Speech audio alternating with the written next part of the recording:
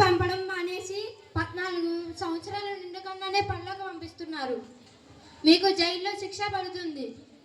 కావున మీరు ఇప్పటికైనా తెలుసుకొని మీ అబ్బాయి భవిష్యత్తు మీ చేతులారా పాడు చేసుకోకండి. మాకంత స్తోమత లేదండి. మేము అందరం కష్టపడితేనే కానీ ఒక పూట గడవదు. చదువు లేదు, ఏమీ లేదు. ఏంటి మీరైనా చెప్పండి, కానీ మీ అబ్బాయి భవిష్యత్తు మీ చేతులారా పాడు చేసుకోవడం ఏమీ బాలేదు. సరే అండి, మీ నాన్నగారు నేను చెప్పి ఒప్పిస్తానండి. సరే అండి.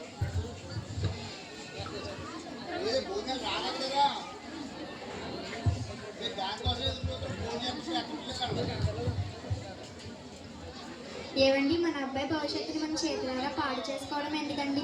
గవర్నమెంట్ స్కూల్ వాళ్ళు బుక్స్, బ్యాగ్స్ అన్నీ ఫ్రీగా ఇస్తున్నారంట కదండి, చదివిద్దామండి. సరే అయితే. టీచర్ గారు, మా అబ్బాయిని జాయిన్ చేసుకోవడానికి వస్తారు ఒకసారి. ఏంటండి పిలిచారంట. మా అబ్బాయిని జాయిన్ చేసుకుంటారు. సరే అండి, జాయిన్ చేసుకుంటానంటే వద్దంటారా?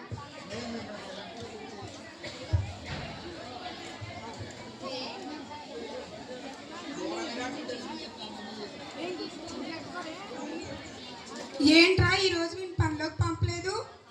బల్లో జాయిన్ చేయడానికి తీసుకెళ్తున్నాం అయ్య గారు. ఏంట్రా వీడి ముఖానికి చదువుకట? మా పిల్లడి భవిష్యత్తు కూడా చూసుకోవాలి కదా అయ్య గారు. బడి వద్దు, ఏమీ లేదు, పనిలోకి పంపండి.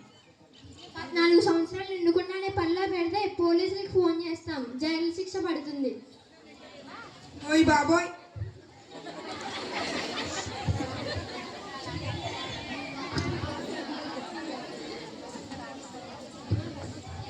ఇదిగో మమ్మీ బుక్స్.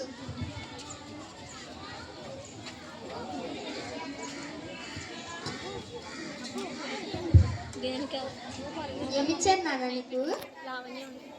సరే, ఇవన్నీ తీసుకుని బాగా చదువుకుని మా పేరు నిలబెట్టండి. సరే, నాన్నగారికి చూపించు. ఇచ్చారో చూడు. బాగా చదువుకుని మంచి స్థాయిలోకి రావాలి.